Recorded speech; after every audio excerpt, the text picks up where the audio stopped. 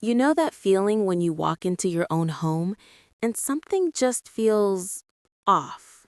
The air is different. A chair isn't quite where you left it. Most of us shrug it off. We tell ourselves we're being paranoid.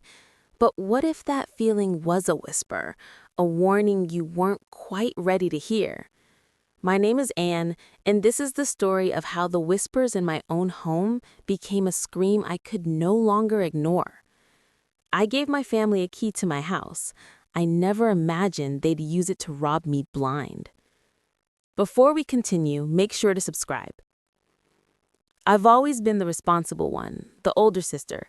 My sister Chloe is 7 years younger. Ever since she was a teenager, I was her safety net. And I need money for a prom dress, and my car insurance is due. It never really stopped, even after she got married to a man named David. He was all smooth talk and big dreams that never seemed to pan out. My monthly routine was set in stone. My mortgage, paying my retired parents' utility bills, sending them grocery money, and covering Chloe and David's rent. I could afford it. My job paid well. I had no kids of my own. What else was I going to spend it on? Family takes care of family. That's what I believed. Then, about 3 months ago, our quiet neighborhood had a string of break-ins. A couple of houses down, the Millers lost a television and some jewelry. It spooked me, so I called the security company. They came out and installed a full system. Cameras outside, cameras in the main rooms inside, all of it feeding to an app on my phone. I didn't tell my family. It just never came up. About 2 weeks after the installation, I came home from a long day at the office. I dropped my keys in the bowl by the door and froze. Something was wrong. My favorite blue vase on the entryway table had been turned a 1/4 inch. The mail I'd left stacked neatly on the counter was now fanned out. Little things, tiny things. I told myself I was being silly. I'd probably bumped the vase myself that morning, but the feeling stuck with me like a burr. A few weeks later, I was getting ready for a company gala. I went to my closet for my emerald necklace, a gift to myself for my last big promotion. The velvet box was there. It was empty. My heart sank. I tore that closet apart, my hands getting clumsier by the minute. Nothing. I called Chloe, trying to keep my voice light. "Hey, you didn't happen to borrow my emerald necklace, did you?" She sounded almost offended. "Borrow it? And if I had that necklace, you'd know about it. I'd never take something like that without asking."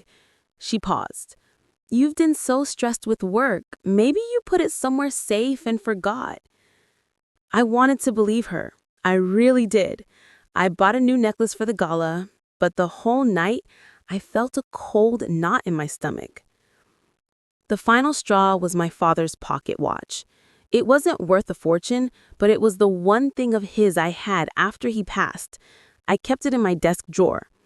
One Saturday, I went to wind it, as I always did. The drawer was empty.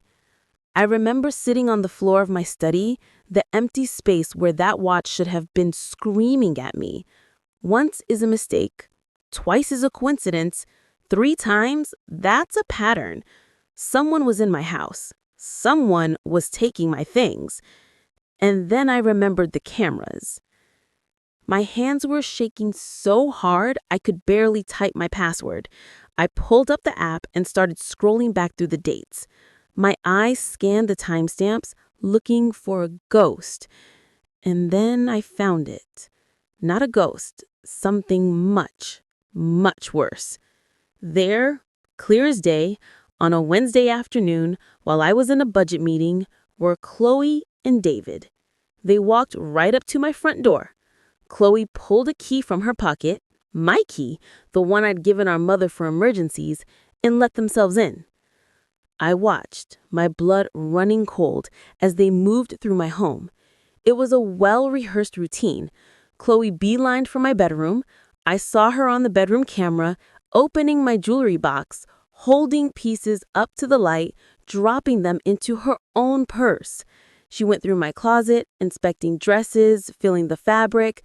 David wandered into my study.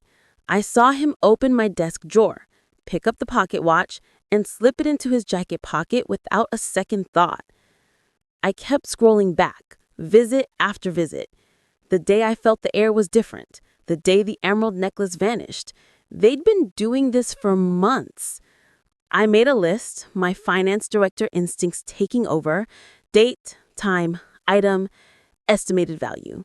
By the time I was done, the total made me dizzy.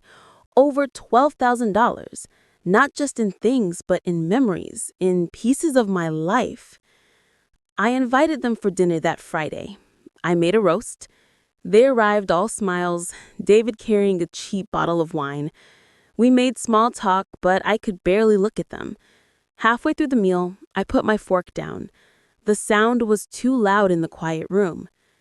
"Some of my things have gone missing," I said, my voice steady despite the tremor in my hands. "My emerald necklace, Dad's pocket watch." Chloe's smile didn't even falter. "Oh, Anne, not again? You're always losing things. Remember when you lost your car keys for a week and they were in the freezer?" "Stop it, Chloe," I said, my voice low. "I know it was you. I know you've been coming into my house and stealing from me." The silence was absolute.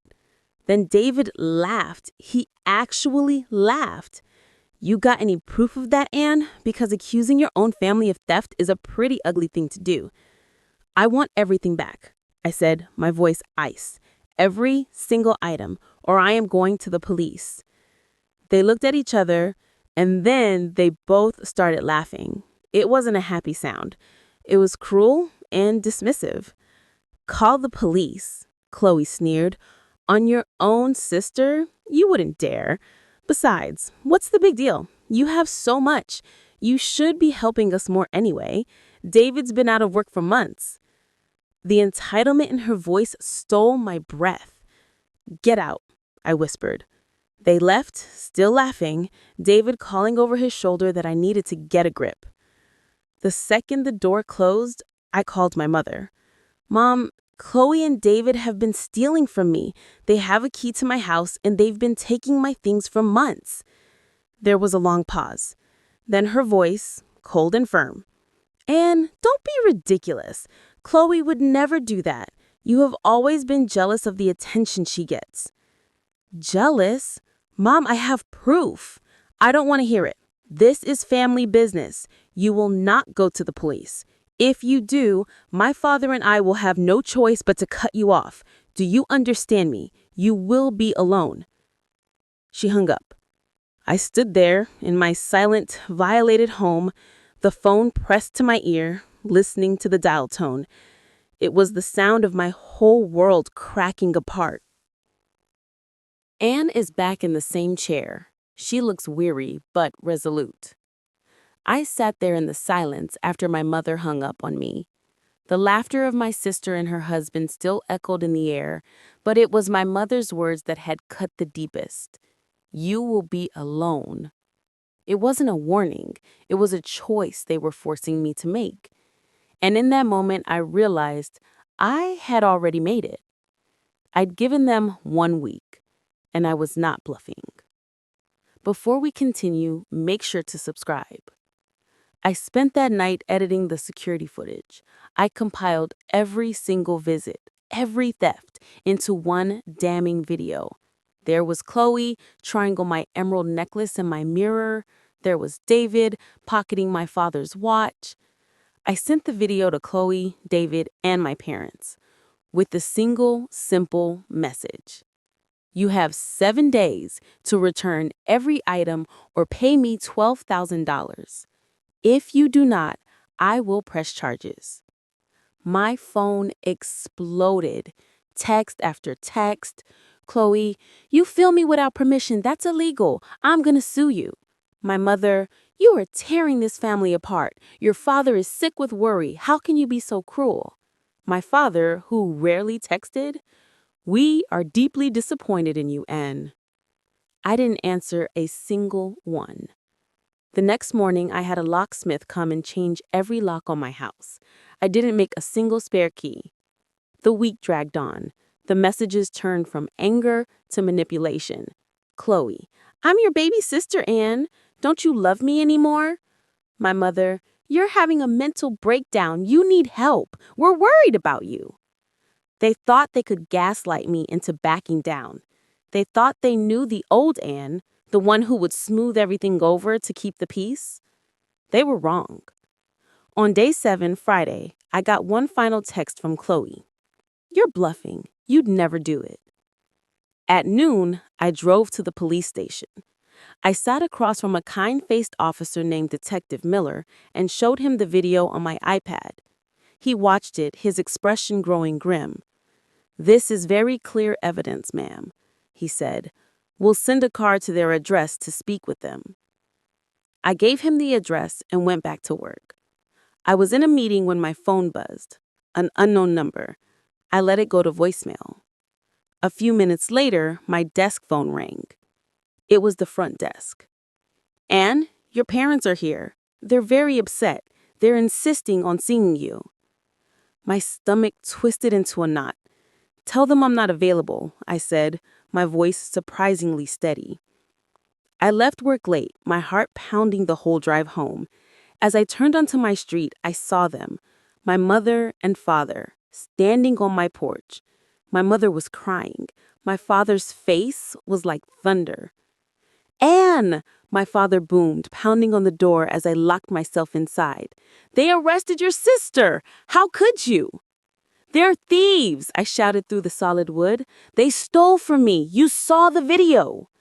She's your sister, my mother wailed. And that should have stopped her from robbing me. I leaned my head against the cool door, my legs shaking. You want them out? Pay me the $12,000. That's the only way this ends. This is extortion, my father yelled.